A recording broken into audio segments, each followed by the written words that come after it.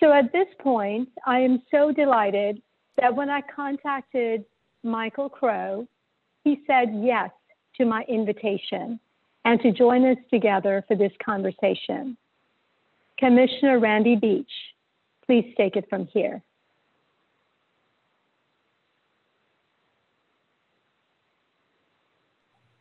There we go. Here we go. Thank you. Thank you, Sonia. What an amazing introduction for an amazing person. We have really such a treat.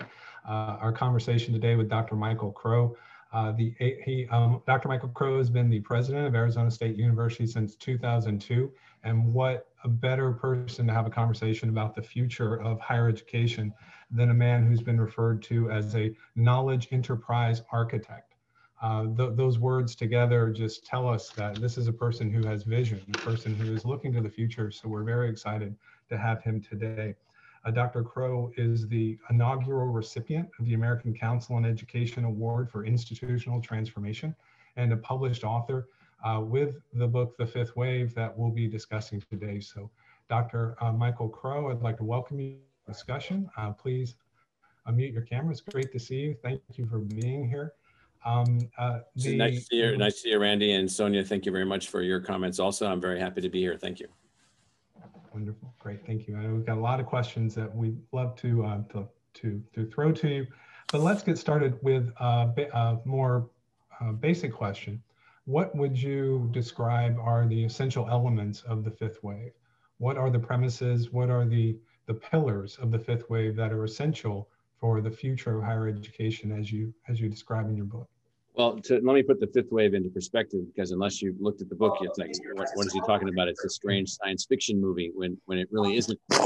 And so the first wave of American higher education was the adoption of the British model, which took the form of the colonial college. And then unlike the private sector, where waves of evolution and organizational change wipes out the previous wave, in higher education, that doesn't occur. All of the previous four waves of American higher education are completely intact. The first wave has a few hundred, what I call the American Greek academies, a classic liberal arts education in a residential setting that is often, because nearly all of these, 99.9% of these are private institutions, is very expensive.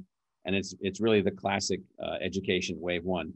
Wave two is where the community colleges sit as the most recent addition to the evolution of the second wave. And the second wave are the public institutions. They started with some universities in the South that got stood up in the late 18th century in South Carolina, North Carolina, Georgia, and Virginia to emulate the schools that were in New England, which emerged from donors and churches, which didn't emerge that way in the South. And then later what happened was public universities and colleges got going, and then teachers' colleges, and then community colleges. And there's, many hundreds, low thousands of institutions in wave two.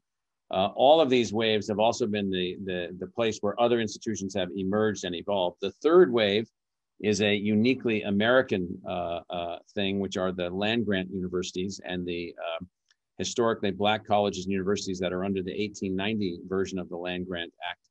And these are schools that were very American in the sense that they were designed to produce agricultural and engineering outcomes positive to the success of the country, and to educate the sons and daughters of farmers and mechanics. So it was really an American response to what had been largely an elite or elitist model for education in wave one or wave two, including in wave two initially, no longer with the unbelievably democratic institutions called community colleges, but those are only a 20th century addition and a 21st century mechanism. The fourth wave in American higher education is where things began to really get complicated, in the sense that three private institutions got stood up in a 25-year time frame, beginning with Johns Hopkins University, Stanford University, and the University of Chicago, all driven by philanthropy, all driven by regional competitiveness. And they were basically the merger of the German Scientific Technical Institute and the British College. And they became known as the American Research University. The university I used to be at, Columbia University, where I was deputy provost for many years and a faculty member there for many years, they were Columbia College, until 1896, when they transformed themselves into Columbia University and began becoming a research university. They weren't that before. They were a Wave 1 school that leapt to a Wave 4 school. The Wave 4 today has about 150 members in it, 150 research universities. And increasingly over time, and I apologize for the length of the comment here, but these universities have increasingly become more and more and more selective. The faculty have become more and more research intensive. And the notion is that only a handful of them can be egalitarian at scale. And so what's happened is that the weight of egalitarian access is really now at the community college level and the state college level in Wave 2. But now we have a divide in our country between the Wave 2 schools and the Wave 4 schools.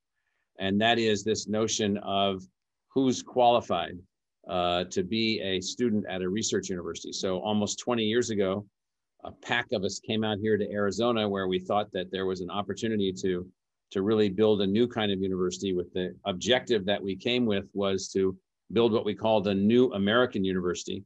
And then the model was basically the following: an institution deeply committed to egalitarian access, which was simultaneously as competitive from a research perspective as any Wave 4 university, that could then scale back to what Sonia's point was, and be deeply committed to equity, deeply committed to innovation, which was the only way to get there, and then deeply committed to social impact. And so that would mean then changing everything, changing our relationship with community colleges, changing our idea of selectivity, changing our idea of pathways into the university. So somewhat like Stanford and Johns Hopkins were self-declared first in class Wave 4 schools. Illinois and Berkeley and Michigan State, Purdue were first in class Wave 3 schools.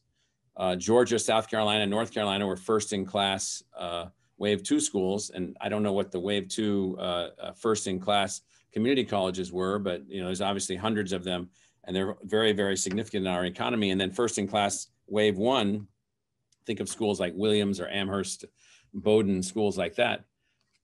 The thing that's a little bit different about academia is that all 5 of these classes, all 5 of these waves are still evolving within the wave. And basically what we suggested in the model that we put forth, and I apologize for the presumptuousness of this, but that the earlier waves were not adequate to the complexity of the society that we were facing. So what we found was that, for instance, if you picked on a university like the University of Michigan or the University of California at Los Angeles, they used to admit students that had B averages from high school. If in 1950, over here on the backside of my desk over here, I have the catalog of the University of California at Los Angeles from August 10th, 1950. You can find it on the web. So you look in there.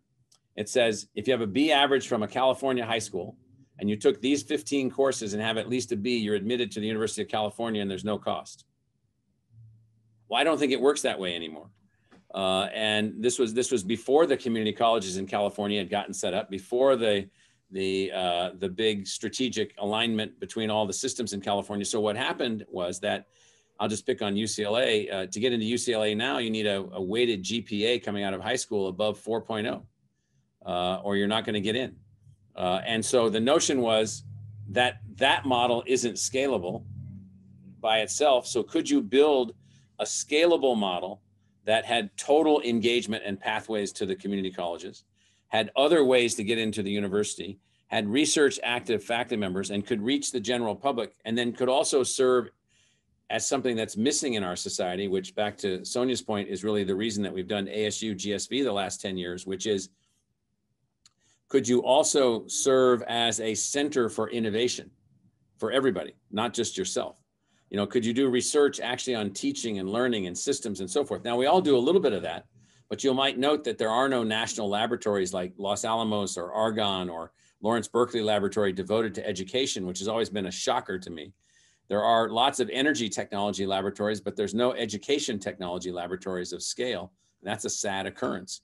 And so one of the other functions of the 5th wave schools is continuous, constant innovation, driving forward the mechanism that we're leaving too many people behind.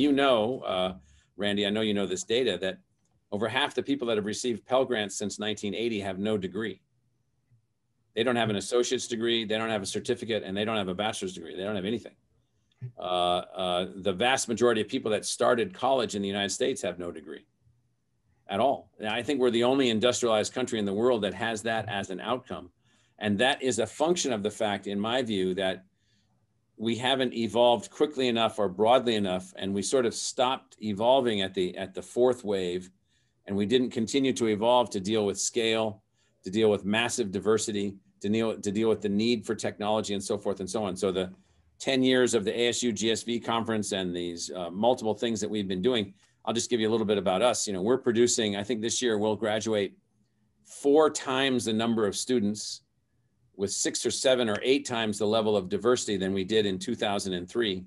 We'll do 5 times the level of research than we did then, all from the same institution. And it's only through our relationships with community colleges and companies and educational technology partners and all these other kinds of things that we can do this. So long and the short story is, the 5th wave is yet another American manifestation of a new kind of scalable research university that's deeply committed to egalitarian access. Fantastic. And the way you present that in the book and the way you've just described that to us now, it does show how our institutions are evolving and how that all of our colleges, whether they're considered first, second, fifth, fourth wave at this point, may have elements of each wave. Yes. And they're developing themselves with those goals in mind, yes. Becoming more of a social partner.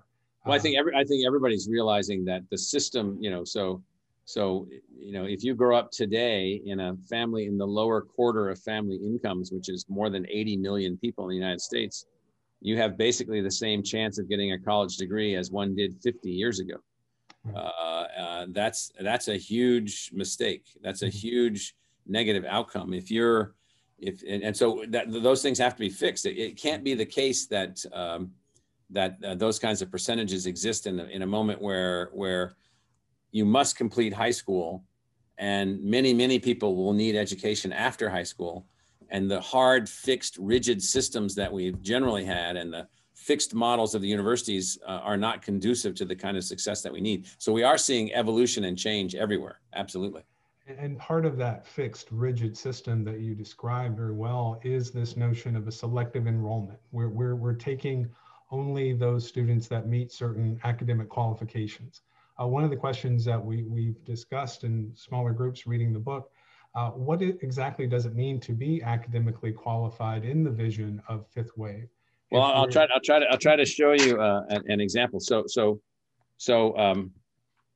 right now, most research universities require, if this is the A level, if this is an A level high school performance, most research universities will not admit students that don't have A averages from high school.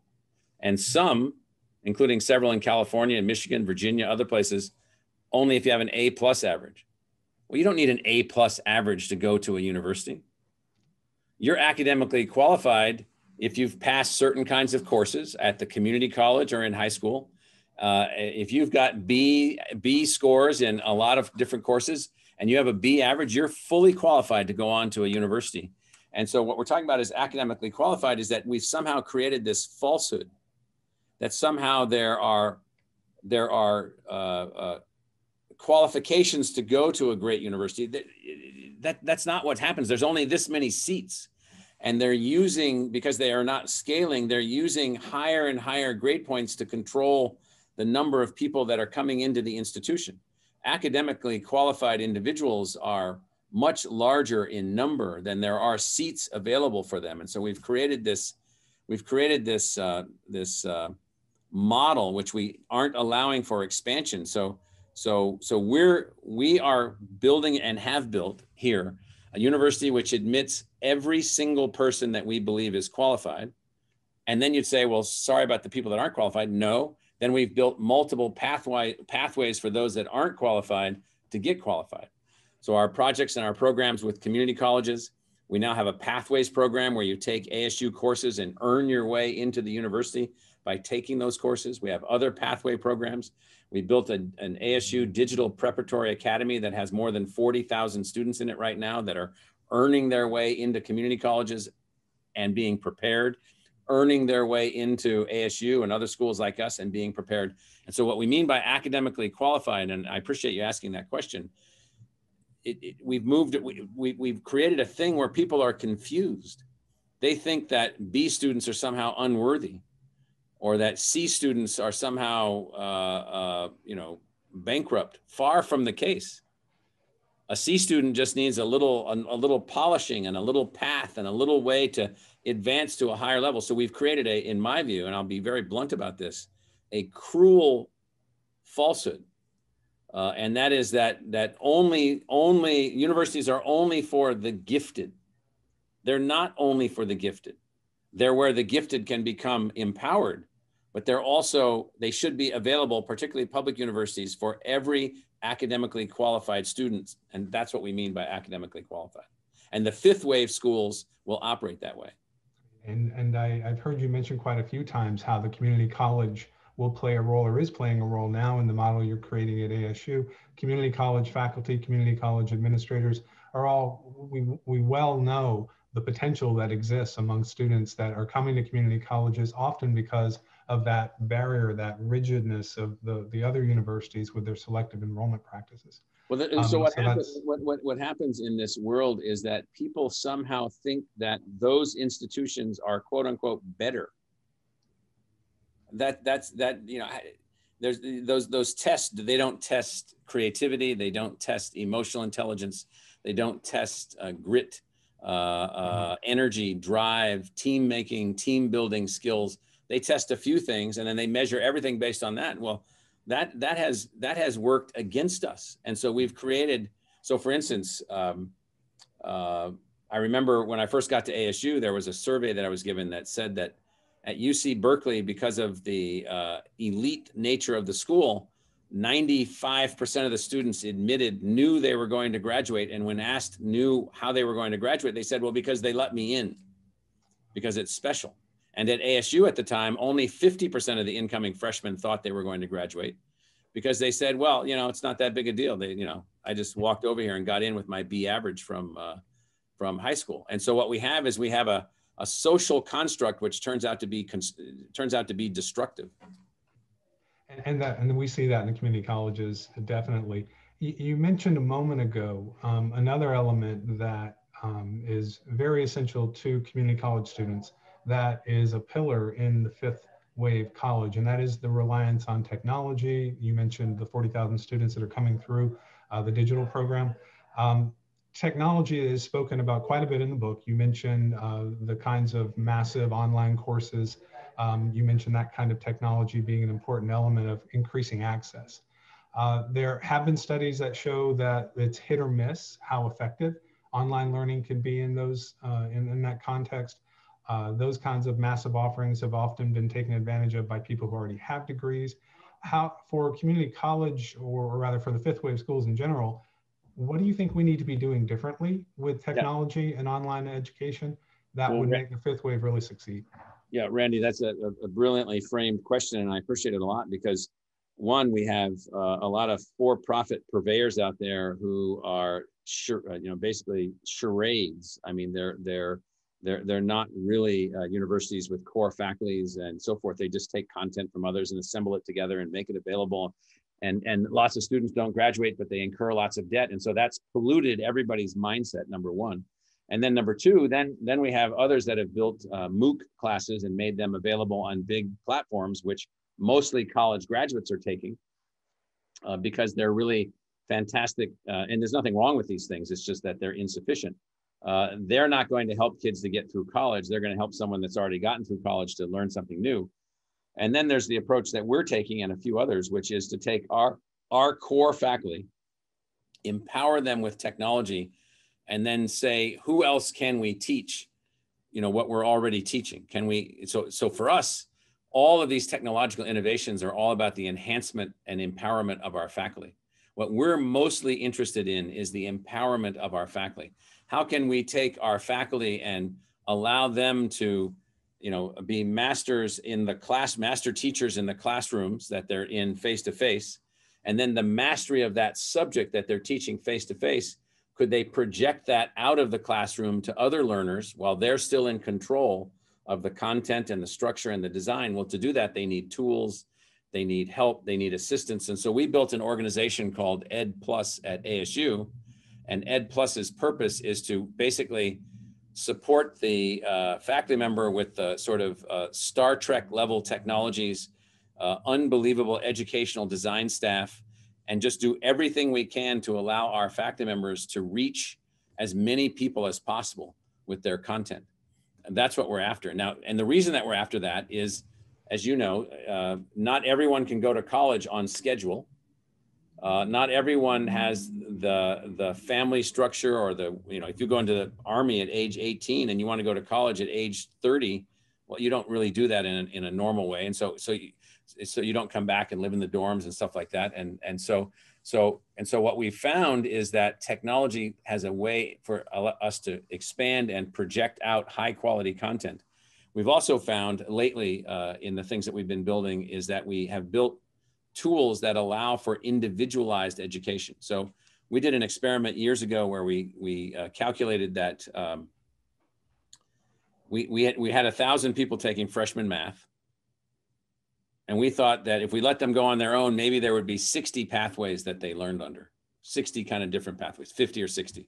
There weren't 50 or 60, there were 1,000. No two students took the exact same route. That turned a switch in our head. We knew that we needed tools that could individualize learning. And so we moved our faculty members into sort of masters of knowledge navigation. We gave them a computational assistant called an adaptive learning platform. We expanded the size of their classes, and we ended up with moving from 40% mastery of the subject to 80 to 90% of the students mastering the subject.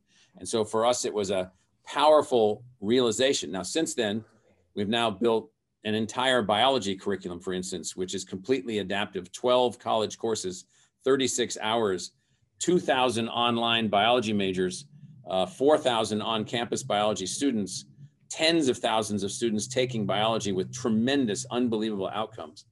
And so I see your dog is so enthused by this back there. No. She's fascinated by everything that we talk about with higher ed. Yes. No, that notion of adaptive technology, what would you say to skeptics about that use of technology? Computers are great for certain skills, for helping students develop certain skills, but that critical thinking, when we talk about those skills that require that subjectivity, are you finding that adaptive learning is really taking you where we want to be with students? Well, we would not suggest to anyone that everything is adaptive learning. What we think adaptive, so we teach 20,000 plus individual courses at ASU, maybe 25,000, something on that order. We think there's maybe 200 of those 25,000 courses that are really amenable to adaptive learning. We think that in particular, those courses sit in certain places where lots of students give up because of the rigidity of the way that it's taught and the fluidity and individuality with the way it must be learned. And so we see it as an additional tool, not as the path. And so we see technology as like yeast in the making of bread. It's an ingredient. It's not the solution. The solution is the faculty.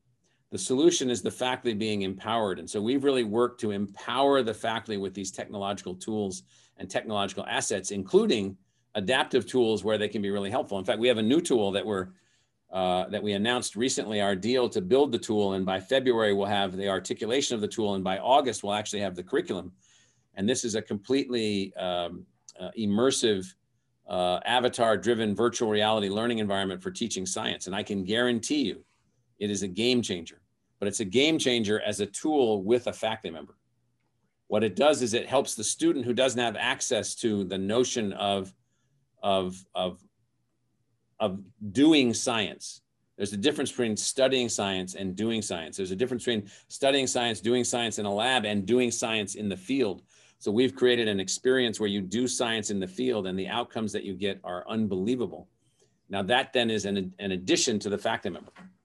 I really enjoy how you emphasize the relationship with the faculty and that they're involved in this, that they see the benefit, not just for access, but for enhanced learning as well. When they're not involved, I mean, they're it. I mean, what we're doing is we're empowering them.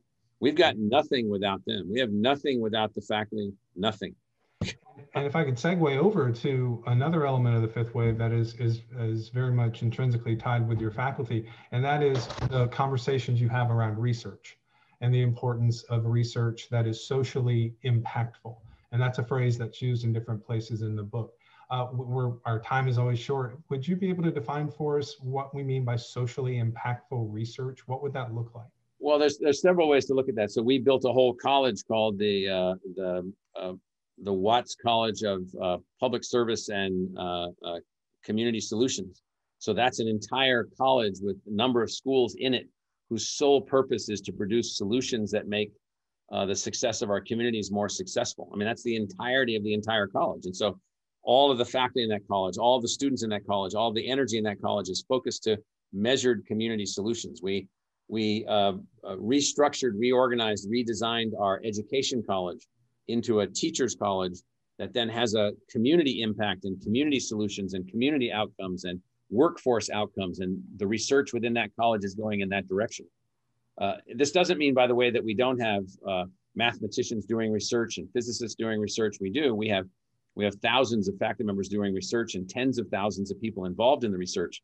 But here you can have the discussion about, well, who cares? What does it mean? And sometimes people will say, well, I don't care. But most of the people will say, well, here's what it means. And so we also have built here what we call outcome-oriented science schools. So we have a school of sustainability, which has as the objective the outcome of sustainability, not just the studying of evolution or ecology, but the outcome of sustainability. We have another school called the School for Earth and Space Exploration.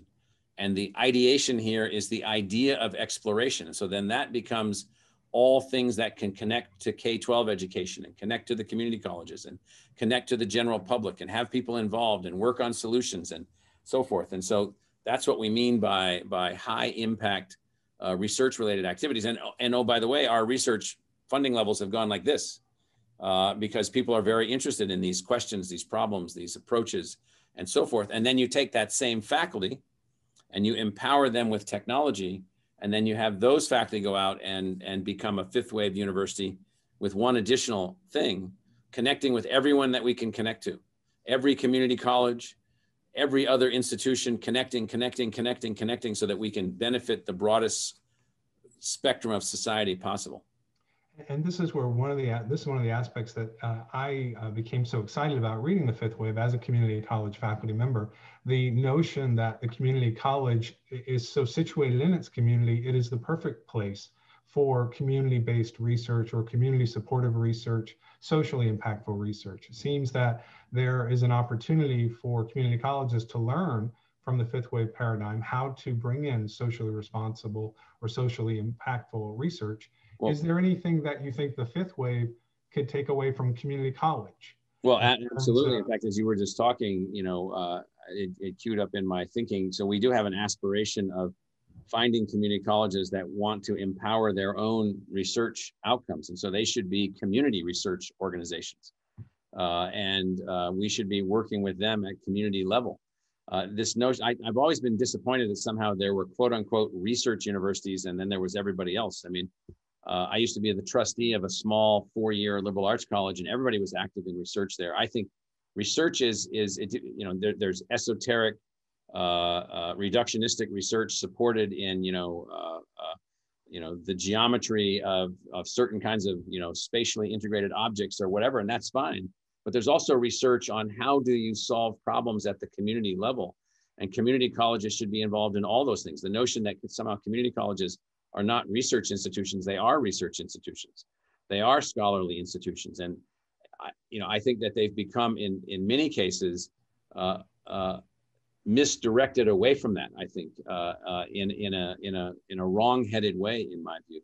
So we're constantly looking for partners in all things and in all levels. And I think we're going to be accelerating that. We appointed Cheryl Hyman, who was the chancellor of the City Colleges of Chicago, as our vice provost for strategic academic partnerships. We're building other kinds of partnerships and other kinds of linkages. We think there should be clusters or leagues of community colleges working at the community level, engaged in different kinds of ways. Now, I will tell you that those things are very, very difficult to pull off because everybody's minding their own business. covering their own base. And it's not always easy in the arguments and resource fights that go on. Here in Arizona, there's very little public support, so there aren't many fights over resources, but there's still discussions about roles and purposes and so forth. So I want to talk just a little bit about that, a little more about that. I want to also mention we only have a few minutes left, and if there are Q&A questions, please, Nick, just let us know and we can pivot to those. But on that notion that you were just describing, in California, we have our higher ed master plan, which creates this stratification, this three-tiered system. yes. ACCJC accredits colleges in Hawaii and the Pacific Islands, where we do see some similar hierarchy, or at least the perception of a hierarchy. Where do we begin to whittle away at that? Do we have to rewrite our master plan, or can we do a different grassroots approach? Well, I think that when master plans produce hierarchy, it's a grossly negative outcome. It's a terrible outcome.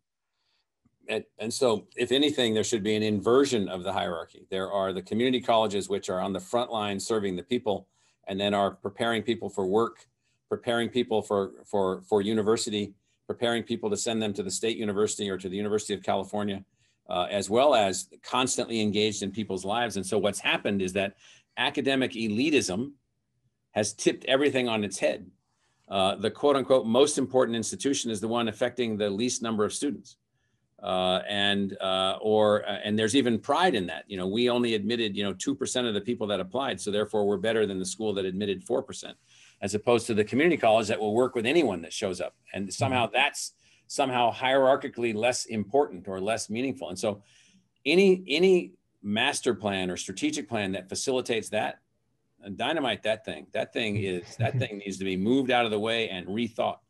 And so what we need deeper connection between all of the institutions of higher education. The research universities, the fifth wave universities are intended to be very Lego-like, connecting in every possible way. The opposite, operating in a research active arena, but not on the basis of selectivity. And so Hawaii, I'm very familiar with what's going on in Hawaii, and there's all kinds of complexities there. And there's these hierarchies and these statuses and so forth and so on. They're really, really negative. So to your question, what do you do about it? Well, I think accrediting authorities and other kinds of groups should be saying, where are your partnerships? Accrediting authorities should be driving universities to have deeper and meaningful and measurable relationships with community colleges. When I got here 18 years ago, community colleges it's like, don't talk to me about community colleges, because if we work with them, it'll lower our brand. And I said, well, you don't have much of a brand to begin with. And so I don't really know what you're worrying about. Why don't we develop some kind of brand together? Now so what I mean by that is that we have allowed a social hierarchy of elitism to infect the entirety of higher education. And in the long run, I hope we can work our way out of it before it becomes destructive. Because right now, I think it's on the borderline of not necessarily producing a net positive outcome. You would have many in our audience of community college partners to agree. Yeah, I know. And so what we need, and none of this is easy, including for us. I mean, don't think that any of this is easy. It isn't. Don't think that we've solved all the problems. We haven't. And don't think that everybody loves us. They don't. But it is the case that what we're looking for are like-minded institutions that really want to change what we really think that we should all have is that public universities and community colleges should be driven by public goals, public outcomes, social outcomes, not fighting each other over institutional outcomes. They should be driven by social outcomes. And that's what the master plan in California and the plan in Hawaii and the same institutions, but the lack of a plan in Arizona, none of them are driven by that in the way that they could be or should be. Thank you. Let me pull in Nick in our final minutes, see what questions we may have for Dr. Crow in our Q&A. Nick, how are we doing? We have a lot of questions. So I know I'm going to make some people mad by not choosing their questions. So, but I'm going to, one from Beta Meyer. How do you manage the student enrollment demand in the fifth wave? And how do you find a place and adequate instruction to meet the demand effectively? You don't manage it, you roll with it. And so we can do that partly because we don't get much public support. So what we do is we find ways to partner with others, to link with others, to work with others. So the short answer is you partner with others, you link with others, you birth new institutions, you birth new ways of doing things, and you try to roll with it. So that's the short answer to that question. Okay.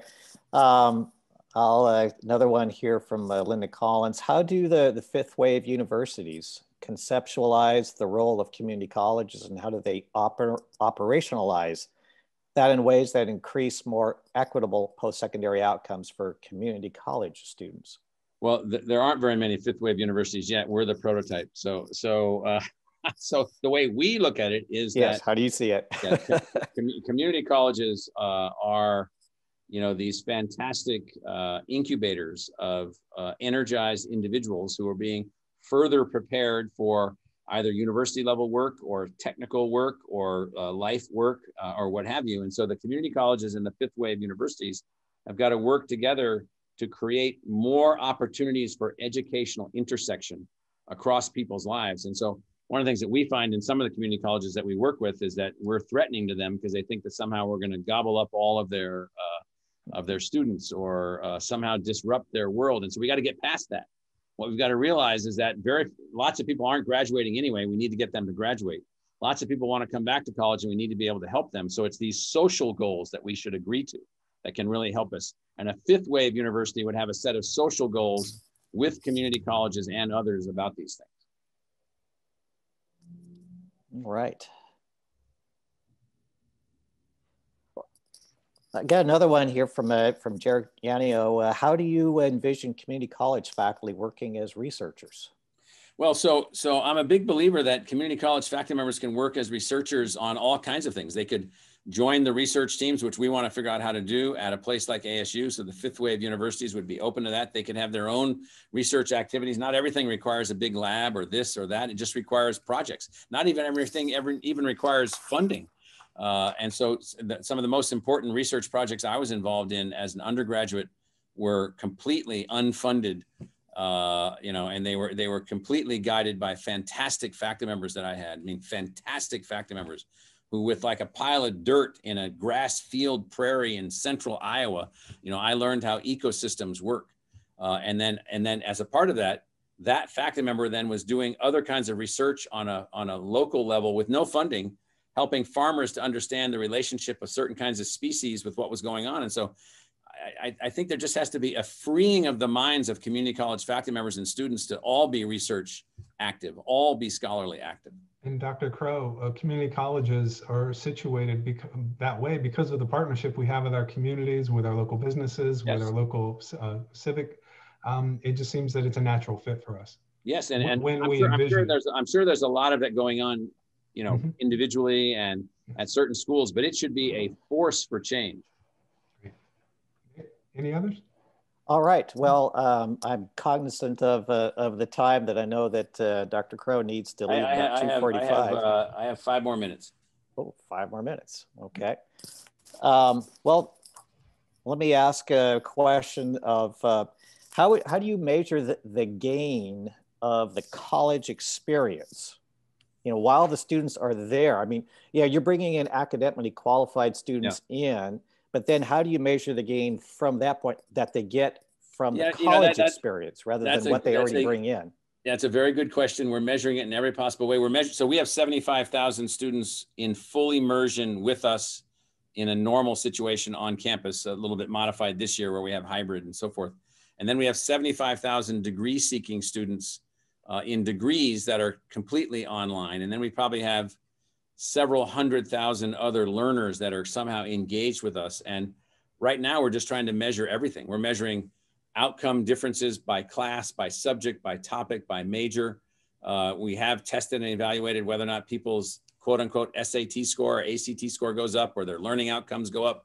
And so we're trying to measure all those things, and so we do know that we're having dramatic and positive impacts on people by what they're able to do when they're here and by the time they leave. And we're measuring a lot of it. We're not measuring all of it. It's very imprecise, but it is something that we're focused on.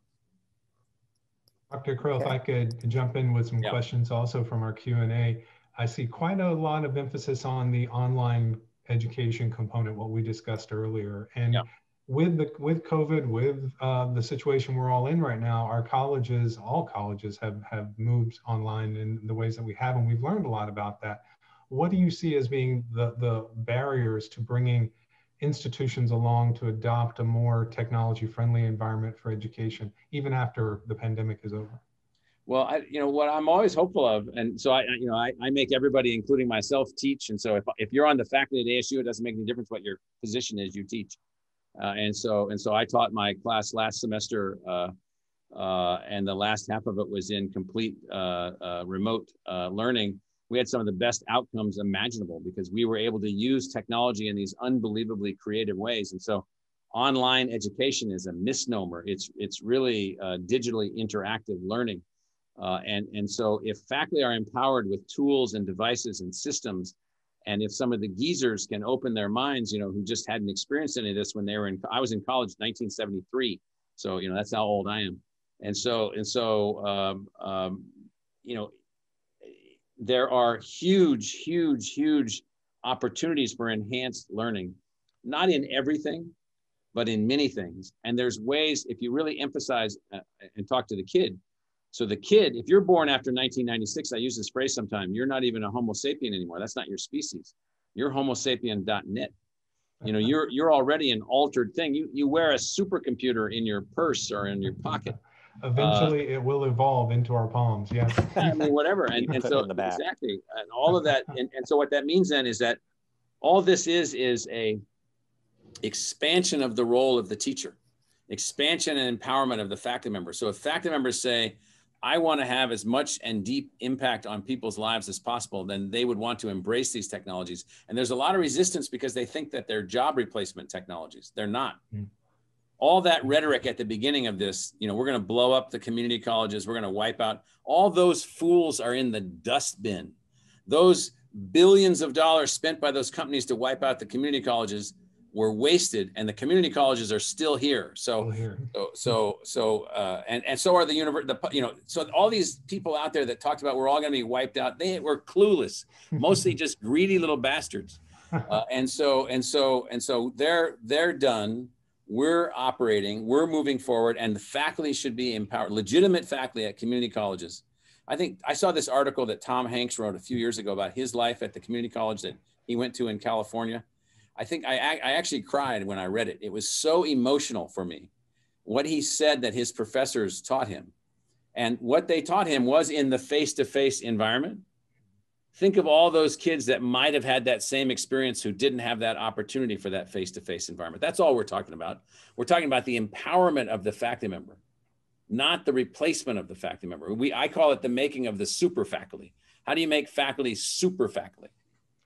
Fantastic. Do we have time for one more? One more. Yep. One more. Well, I think actually we're probably Thanks, Nick. I think we're ready to get going here on to the next one. So what last comments do you have for your colleagues, with the community college? What I'm always hopeful of is that we can find ways to break down these barriers and to work together more. We've done a lot of that in Arizona, not as much as I have hoped for, but we've made progress. We have direct pathways into the university across 250 degree programs. You're just automatically admitted if you take these courses at the community colleges. We've got all kinds of other things going on. What we need to do, and I hope that fifth wave universities can do this, is break down this, oh, we're better than you, I don't know why we would talk to you. That's just crazy. And then this whole notion of, we're a really great community college because 300 of our students went to UC Berkeley. And I'm like, okay, no. That's one indicator of 500. So it's nice to have a chance to talk with everybody. All right. Thank you very much, Dr. Crow. Yes. See you. All right. Bye. So thank you very much, Dr. Crow. Thank you again for your time. We're going to throw it back over to Sonia. Who I think actually Daisy Gonzalez is coming up. All right, great. We have Daisy Gonzalez. Daisy, are you with us? Look, all right. Fantastic. Well, welcome, Daisy. Thank you for being here. I'll have you introduce yourself and take it away. Thank you.